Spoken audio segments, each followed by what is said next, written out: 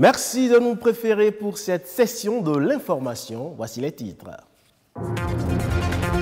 Hier, 21 février, c'était la journée dédiée à la promotion des langues maternelles. Au Bénin, les réflexions tournent autour du projet d'introduction des langues nationales dans le système éducatif.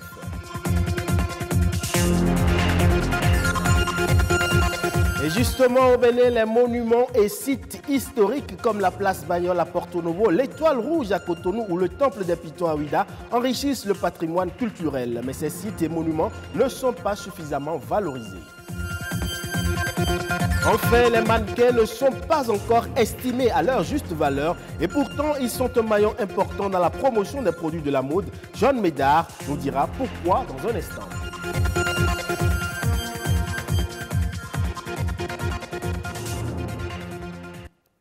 Bienvenue si vous nous rejoignez. Hier, le Bénin, à l'instar de plusieurs autres pays, a commémoré la journée internationale des langues maternelles. Malgré les mesures prévues par le gouvernement en vue de l'introduction des langues nationales dans le système éducatif, eh bien, le projet peine à ce jour encore à prendre. Une question se pose. Quelle importance accorde-t-on aujourd'hui aux langues nationales au Bénin?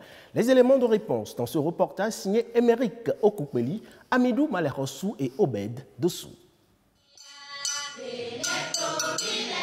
L'hymne national en Fongbe, savamment orchestré par ses apprenants du collège d'enseignement général de Guakor dans la commune d'Akomissereki. Fruit de l'introduction des langues nationales dans le système éducatif. Malgré cet exploit de ses apprenants, l'introduction progressive des langues nationales dans le système éducatif béninois demeure un vœu pieux.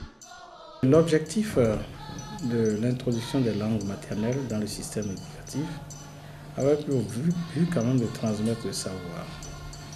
Mais le constat fait sur le terrain est que la langue est enseignée juste pour connaître. Donc c'est en train d'être revu pour que réellement les langues maternelles soient au service de la connaissance. Les langues maternelles sont au service de la connaissance et c'est à raison que la conférence générale de l'UNESCO en novembre 1999 a proclamé la journée internationale de la langue maternelle, célébrée le 21 février de chaque année. Lorsque un enfant naît, c'est la première langue que l'enfant parle qui est sa langue maternelle.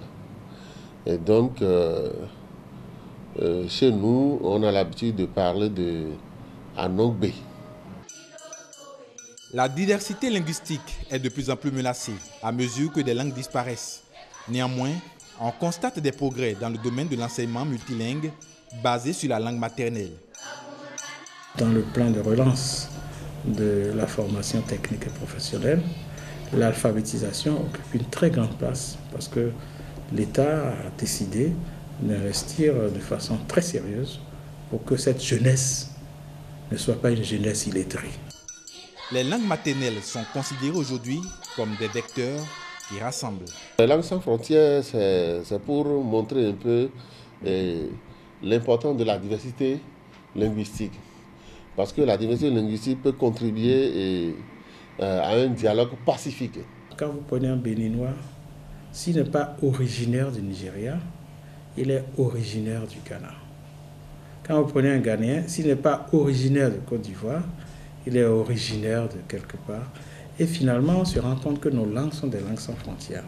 C'est pour ça que la thématique aujourd'hui nous permet de savoir que la langue est un facteur qui peut fédérer les peuples.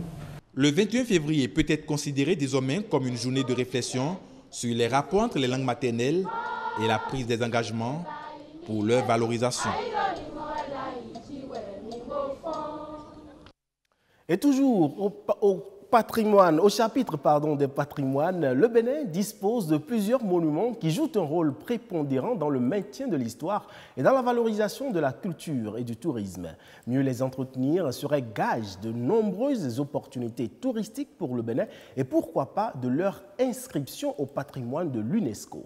Sites et monuments du Bénin, c'est un reportage de Louis Koudoubo et Baudelaire Cantidé.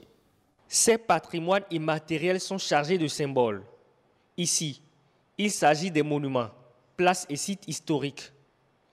Ils sont souvent érigés en mémoire d'un héros ou d'une histoire. Les monuments représentent des biens patrimoniaux. Les monuments ici représentent des espaces où on va à la source de notre culture, de notre civilisation.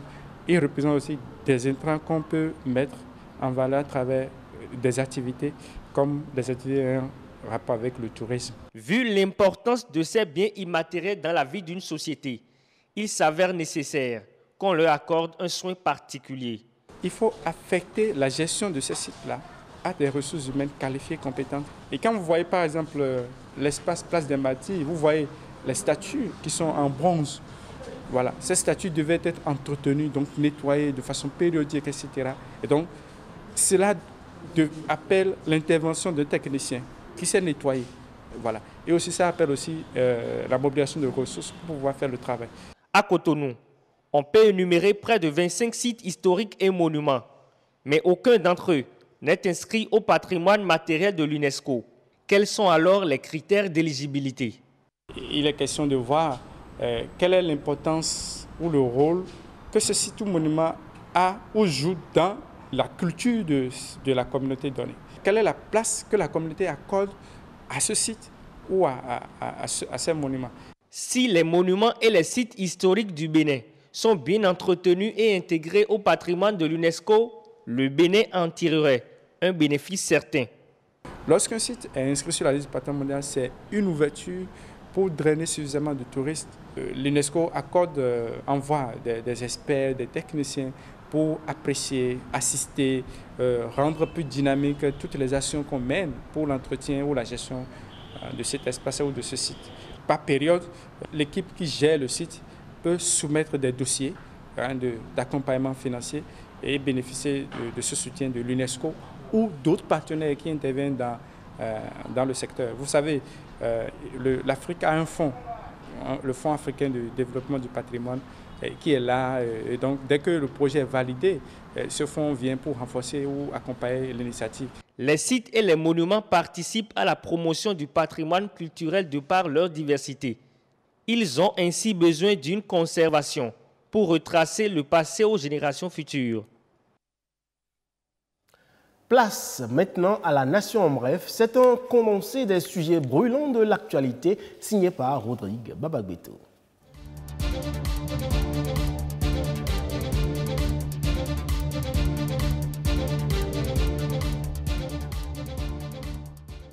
Le Bénin améliore de plus en plus son climat des affaires. Fini la perception des droits d'enregistrement sur les mutations foncières au nom des sociétés commerciales ou industrielles pour des transactions inférieures ou égales à 25 millions de francs CFA.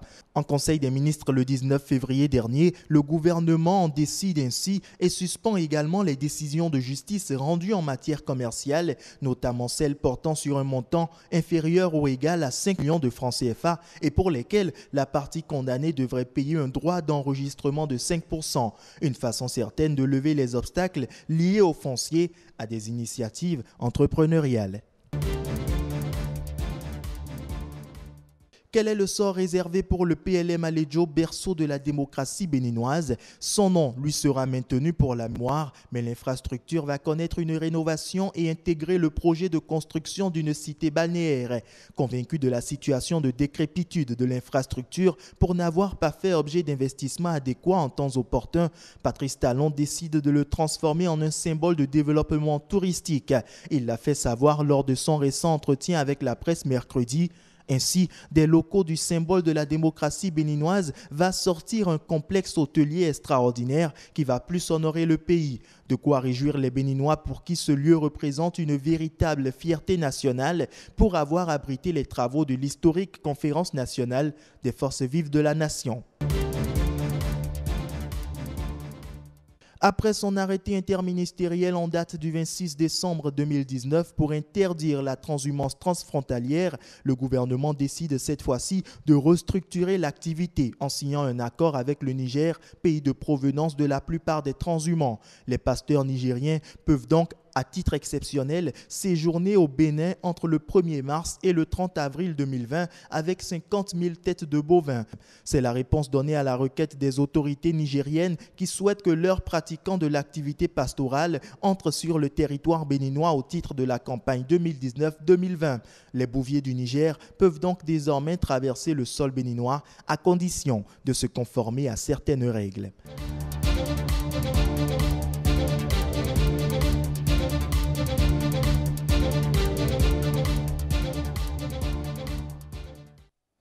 Parlons à présent du mannequinat. C'est l'activité exercée par toute personne qui pose et s'expose pour valoriser les produits de l'industrie ou de la mode. Dans cette logique, les mannequins sont employés principalement pour la promotion de l'habillement, des accessoires de mode et des produits de beauté. En Afrique et surtout au Bénin, le métier tarde à être apprécié à sa juste valeur, cela à cause des préjugés. C'est ce que pense John Médard Sédokou.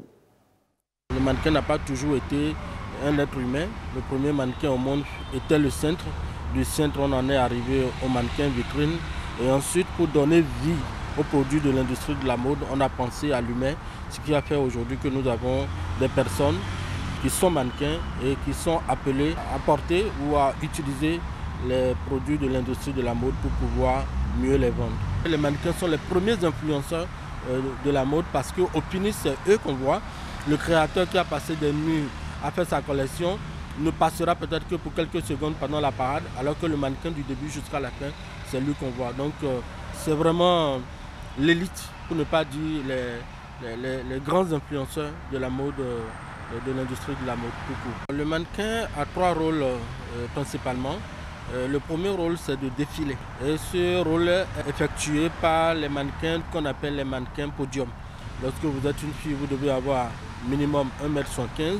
Lorsque vous êtes un garçon, vous devez avoir minimum 1m85. Et la proportion de la taille être entre du 36, du 38 et du 40.